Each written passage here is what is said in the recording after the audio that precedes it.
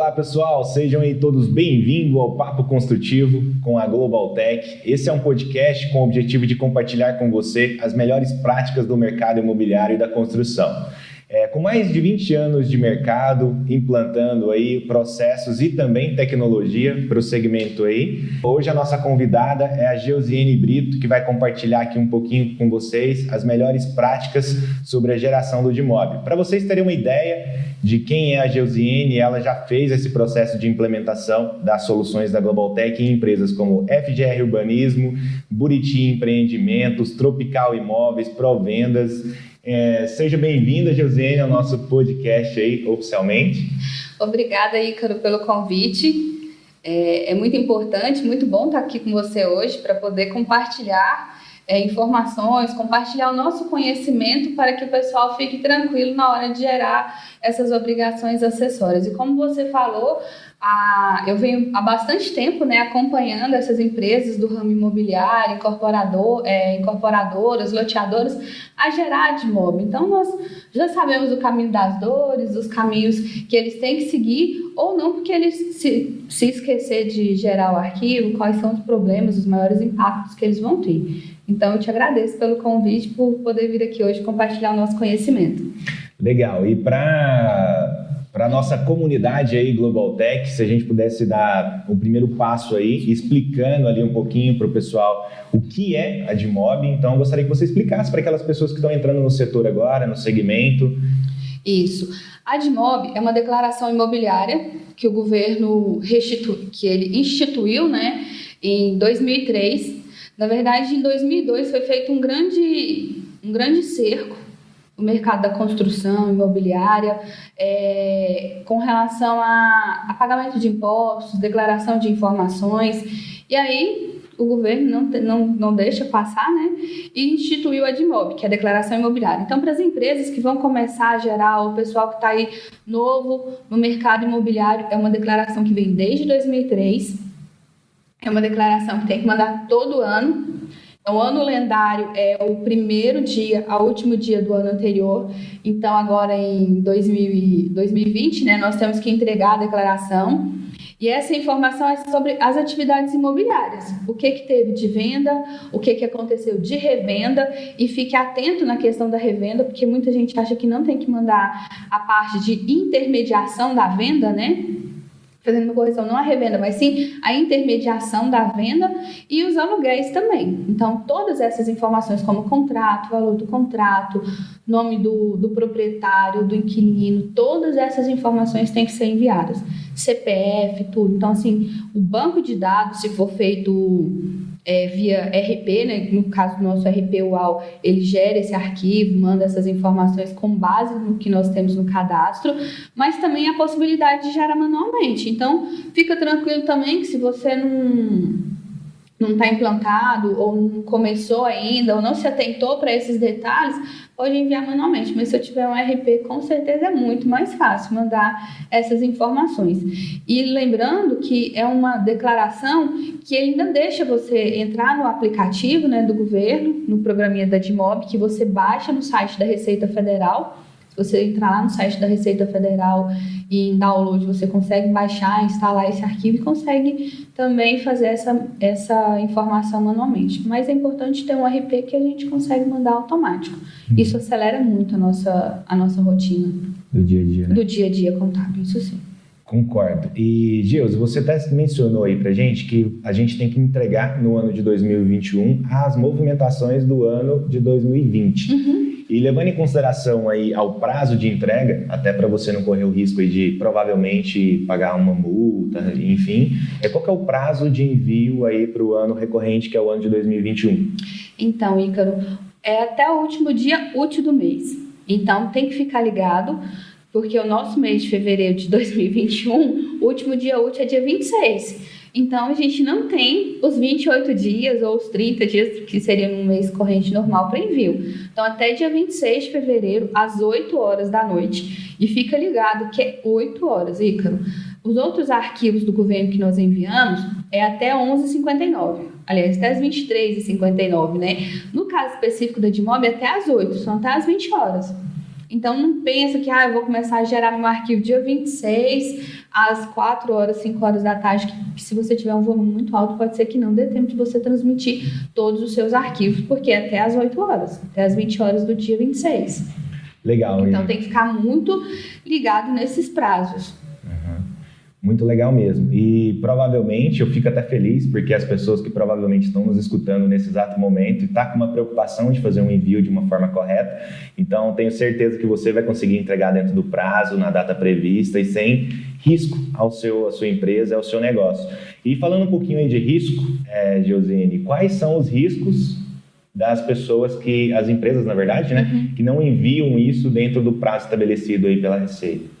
Como Ícaro, os riscos, como todo arquivo de envio do governo, são as multas, tá? E a Admob, é importante salientar que ela não é um arquivo ela é um tripé das informações que é imobiliária, incorporadora, loteadora, e vou reafirmar, porque às vezes a pessoa fala assim, mas eu sou desse ramo, não tem que enviar. Mas se ele teve uma venda, se ele fez uma atividade imobiliária dentro da empresa dele naquele ano, ele tem que enviar. Então, assim, quais são os riscos? São os riscos de multa. E ele tem que tomar muito cuidado, avisar o cliente, porque ele está declarando. Porque o arquivo da Admob, por mais simplório que ele seja, que eu falei que ele ainda é eu vou reforçar que ele é em TXT, você pode entrar lá e fazer manual, diferente dos outros arquivos do governo, que tem alguns que você já manda, online, mandou, foi, né?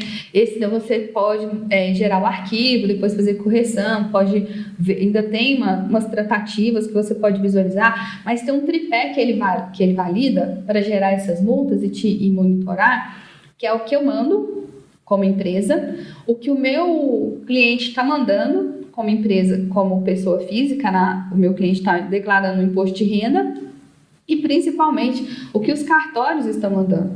O cartório já está online, então ele manda também aquele contrato que foi registrado.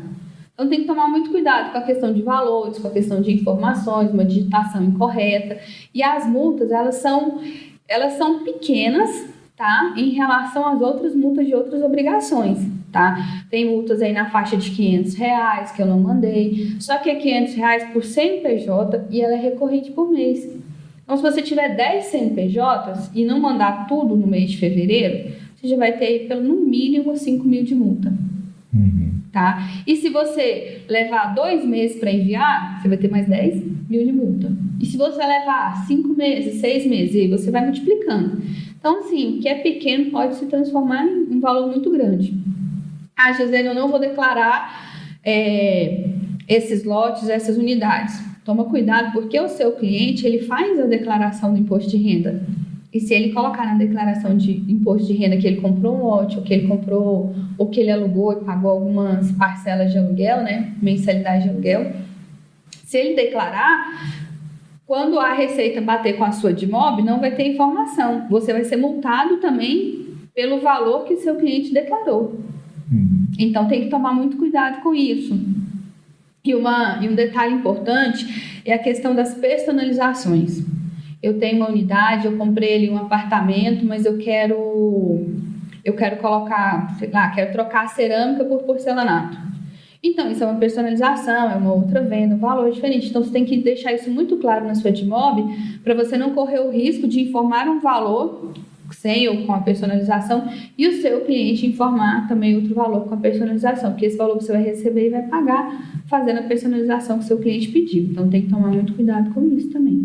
Então, aqui eu quis falar dos prazos, dos envios, dos riscos e das particularidades que não são só da Admob, que é a empresa enviando, mas também o cliente enviando imposto de renda e o cartório também enviando. Ou seja, tem que enviar de forma muito correta e coerente para poder os dados estarem de acordo no cruzamento dos dados, né? Isso, os cruzamentos dos dados têm que estar de acordo, porque eu posso abrir brecha para fiscalização. E acontece. Eu já tenho pensado, nós estamos em pandemia, nós estamos em um período crítico, acontece as fiscalizações, o governo não parou. Então, tem que tomar muito cuidado com o que é enviado, com os dados que é enviado. Eu já vi empresas colocar no contrato, falar assim, olha, essa unidade sua vai ser declarada na Admob do ano seguinte, para que o cliente não tenha problema também na declaração do imposto de renda quando ele não, porventura, algum motivo, ele não declarar. Esqueceu e não declarou.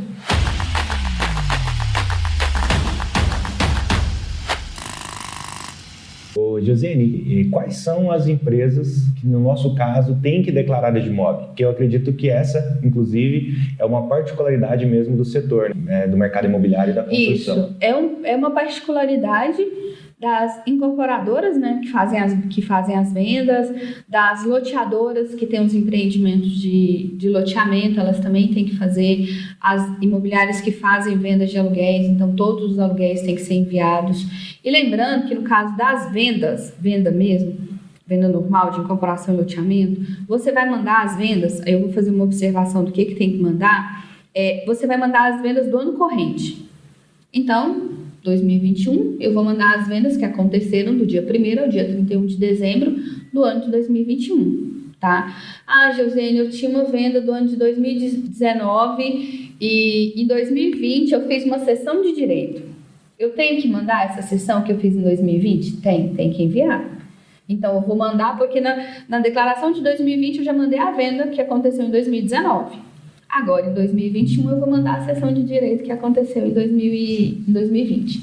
Então, essas informações como cessão de direito, a parte de dação, essas informações elas têm que ir no seu arquivo, tá? Então, o aluguel também. Ah, mas eu vou mandar os aluguéis que foram fechados só em 2020? Não. No caso específico de aluguel, eu vou mandar todos os recebimentos. Se o meu contrato é de 2018, 2019, mas eu tive recebimento recorrente, eu tive recebimento em 2020, então eu vou mandar esse contrato também, tá? Então é importante esses detalhezinhos, até mesmo para poder fazer uma checagem das informações que você está mandando. É muito importante nós olharmos os cadastros. Nós temos muitos estados, muitos municípios, né? E tem um cadastro muito importante que é o código do IBGE, código do município, código da Edmob. Então, quando você cadastra, por exemplo, Goiânia, você cadastra Goiânia com acento, outro vai lá e cadastra Goiânia sem acento, São Paulo acentuado, outro faz São Paulo sem acento. E assim, um cadastro tem que ser bem saneado. Então, o que o governo fez? Ele estabeleceu os códigos. Então, nós temos o código do município, tem o código do IBGE e tem o código da Edmob. O código do IBGE e município você encontra no Google. Você entra lá no Google, pesquisa código do município IBGE, você acha, faz o filtro para poder preencher no seu cadastro. E no caso específico nosso do RP UAU, né? Nós temos que colocar essa informação lá para poder validar as empresas, para poder validar as cidades. E o código do IBGE, o código da Edmob, ele fica dentro do aplicativo da Edmob. Então não adianta procurar no Google, que você não vai encontrar, muito fácil. Então, você tem que baixar o arquivo da Edmob, instalar ele, e dentro de ajuda tem lá umas opções de preenchimento, está dentro dos anexos. Então, assim, é bem escondidinho também. Você tem que cadastrar o código da Edmob para ele poder fazer essa validação. Senão, quando você for transmitir o arquivo, ele vai te dar uma série de orientações, uma série de alertas de campos que você tem que preencher. Cadastro de empresa, cadastro do empreendedor. Então, assim, eu sou um loteamento e tenho um parceiro. É muito importante também que eu coloque o meu percentual e o percentual do parceiro no cadastro da obra, para que eu possa fazer a minha Edmob com os meus percentuais, a Edmob com os percentuais do parceiro. E uma questão muito importante, que é legal também dentro do nosso RP, é que nós podemos fazer Edmob para o parceiro também. Gerar o arquivo para ele e mandar para o contador dele, e o contador dele também transmitir, tá? Agora, se o meu parceiro for uma pessoa física, tipo, eu sou pessoa jurídica, mas o meu parceiro é uma pessoa física, eu não preciso enviar Edmob, porque a Edmob não vai para a pessoa física, tá bom? Então, ele não precisa mandar. E é importante, aí uma dica muito valiosa são para os corretores, sabe? Corretor como que eu vou expressar? Vamos compartilhar uma informação aqui. Tem muita intermediação de venda. Nas intermediações de venda, tem os corretores e tem as comissões. Se eu mando a intermediação de venda, eu sou uma intermediadora de uma construtora, então, se eu mando a intermediação de venda, os corretores que estão ali com os percentuais de comissão também é enviado, e é o valor da comissão. Então, se o meu corretor esquecer de transmitir na declaração de imposto de renda, pode ser que ele caia na malha fina. Então, o meu corretor, mesmo sendo pessoa jurídica ou pessoa física, mas ele, pessoa física, emitiu nota, fez todo o trâmite normal, ele tem que declarar também no imposto de renda, e eu vou declarar na minha de imóvel. Então, assim, uma dica muito importante: cadastro, o nome da pessoa, CPF, o CN, se for um CNPJ, cadastro do município, cadastro do IBGE, percentual do meu empreendedor ou meu parceiro, né, naquele empreendimento, e principalmente corretor. Fique atento à parte de intermediação de venda para que ele faça a declaração de imposto de renda dele correto.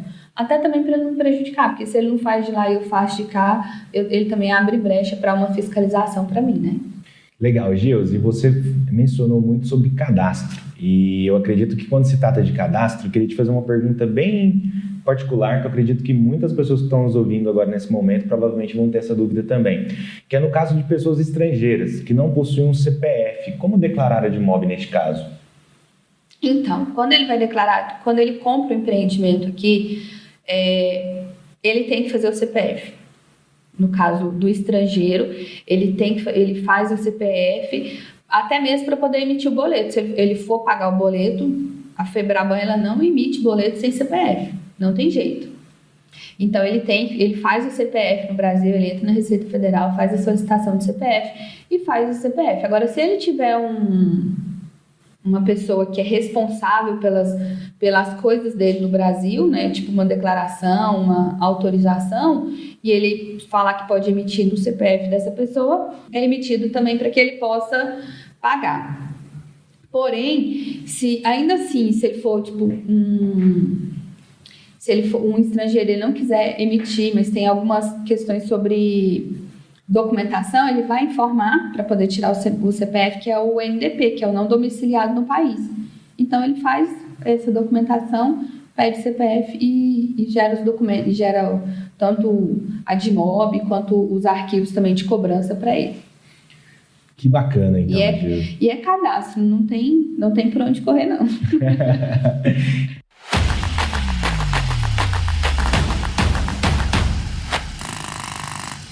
Levando em consideração também, como declarar uma venda com mais de um comprador. Suponhamos que eu e você compre o mesmo empreendimento, como que a gente declararia isso? Então, vamos comprar um empreendimento caro, né? 1 milhão, nós compramos. Como que eu vou declarar? Quando é feita a venda, eu informo o percentual de cada um. E pode ser uma venda, pode ser um aluguel, que eu vou falar o percentual de cada um que vai pagar também, como a questão de cotas. Então, assim, vamos falar de cada parte específica, né? No caso da venda, nós temos 2 compradores e cada um com seu percentual. Quando eu gerar o arquivo da DIMOB, ele vai 2 linhas. Então, se você observar dentro do RP UAU, eu tenho uma venda. Mas quando eu declaro na DIMOB, por exemplo, eu tenho um empreendimento aí de 1 milhão, vai 500 mil para o Ícaro e 500 mil para a Geusiene. E eu vou ter 2 linhas. A venda não está duplicada na DIMOB, ela não está errada, porque eu tenho que declarar os dois participantes daquela venda.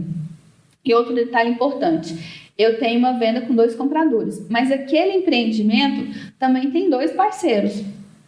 Então, eu vou quebrar aquela venda pela quantidade de parceiros também. Então, pode ser que, se eu tenho 2 parceiros, você vai ver aquela venda 4 vezes. Sendo que eu tenho uma venda, vamos supor aí, a venda 2, né? Eu tenho a venda 2 para o parceiro A, tipo o parceiro João, e eu tenho lá Ícaro 250, Geusiene 250. E eu tenho a mesma venda 2 para o parceiro B, Ícaro 250, Geusiene 250. Então, você vai ter 4 registros de imóvel dentro do arquivo. Isso é para você que está ali sendo minucioso, validando as informações que você está enviando, que é o correto, o mundo ideal. Porque, assim, eu preciso compartilhar, porque tem gente que gera o arquivo da DIMOB, passou. Então, toma cuidado com o que você está mandando. Então, você vai ver 4 registros. Ah, está errado? Não está errado. A informação está correta. É porque você transmitiu a quantidade de parceiros e quantidade de clientes, né, proprietários daquela unidade.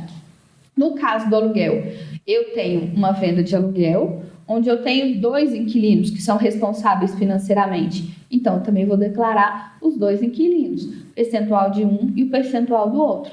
Até mesmo porque eles fazem essa declaração lá no imposto de renda deles, porque eles pagaram aluguel como despesa. Então, isso tem que ficar ligado. E no caso de cotas, que é um segmento crescente aí um bom tempo nesses últimos anos, né, a questão de cota, geralmente eu tenho uma unidade vendida aí para 10, 12 pessoas. Então, nós vamos informar essa unidade e as suas 10, 12 vendas que foram realizadas naquele ano e cada uma com seu percentual, cada uma com seu valor financeiro e o seu recebimento, Ícaro. Bem interessante mesmo. E levando isso para o nosso dia a dia, é complexo você gerenciar isso tudo sem o auxílio de uma tecnologia. Para fazer isso tudo na mão, imagina aí, tem loteamentos de 200 unidades, eles vão falar assim que é pouco. Mas se eu tiver uma empresa inteira aí com 30 mil, 40 mil unidades, imagina fazer isso tudo na mão.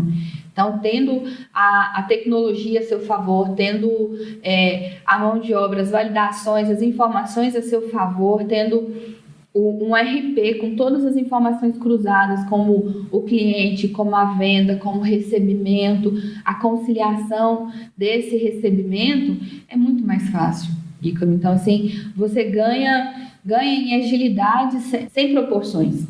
Porque imagina, declarar 30 mil, vou jogar lá em cima, 30 mil unidades, fazer isso manualmente.